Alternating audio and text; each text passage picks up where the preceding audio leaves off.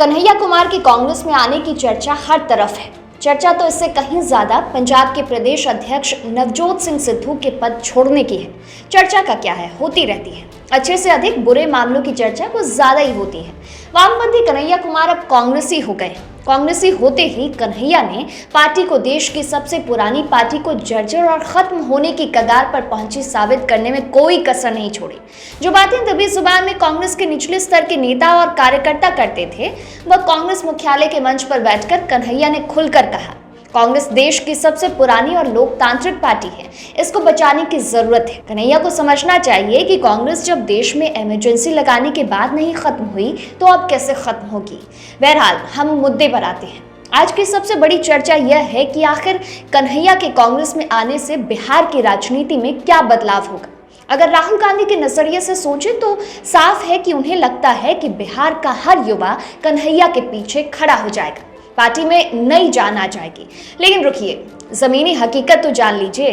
कन्हैया के आने से बिहार की राजनीति में कोई बड़ा परिवर्तन नहीं आने वाला है। इसका कारण है बिहार की राजनीति में जाति की भूमिका। बिहार की राजनीति से जाति है कि जाति नहीं। कन्हैया इसी मोर्चे पर मात खाने वाले हैं। वे भूमिहार जाति से आते हैं।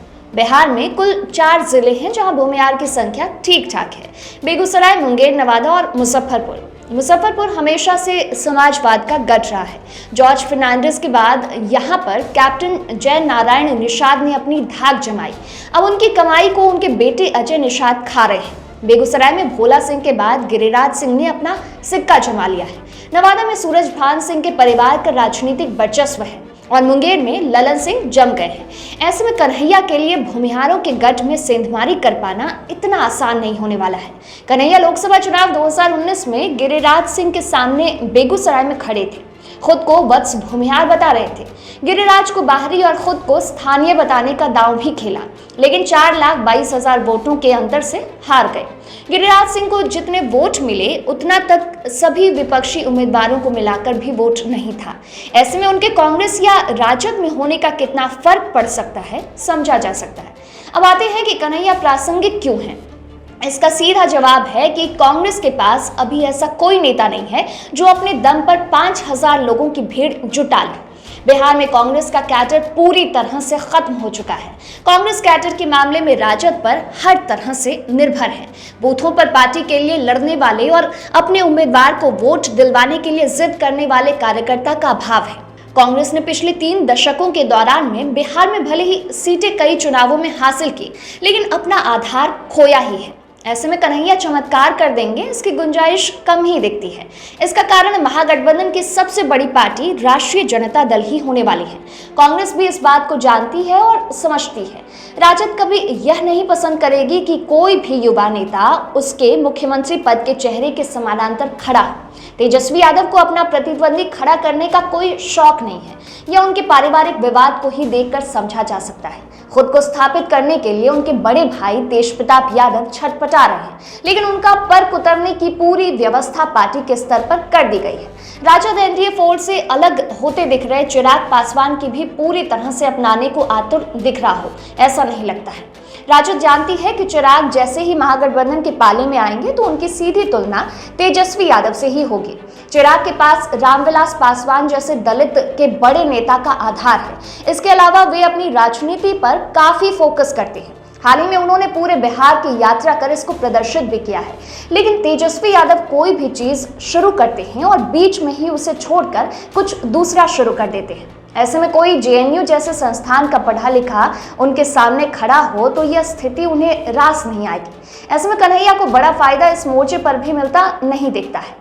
सबसे अहम यह है कि महागठबंधन में रहते हुए कांग्रेस भूमिहार वोटों को अपने पाले में कर लेगी, यह संभव नहीं लगता।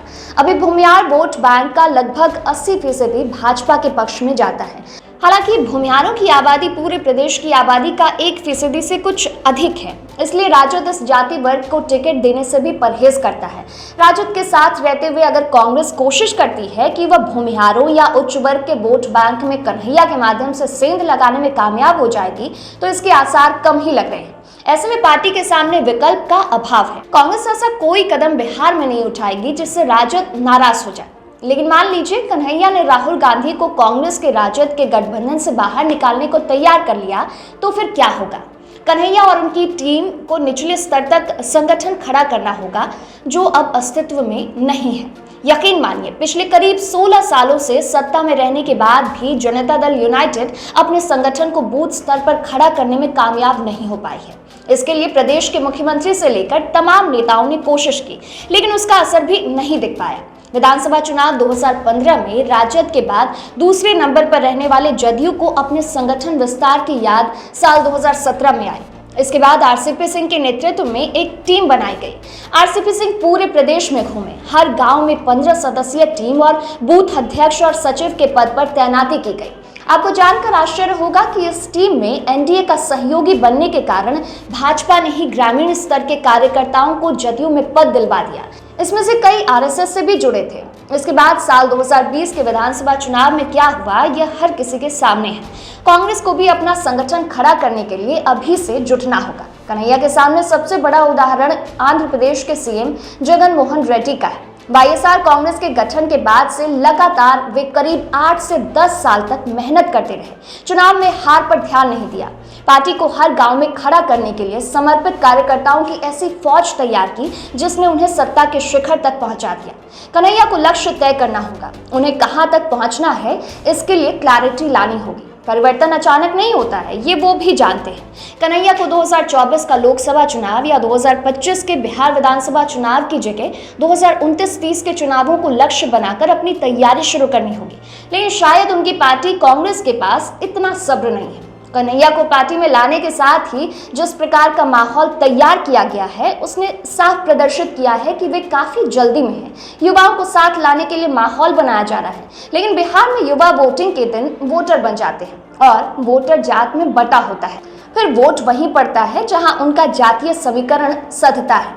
इसलिए कन्हैया अगर तत्काल लाभ के लिए लाए गए हैं तो कांग्रेस को यह मिलने से रहा।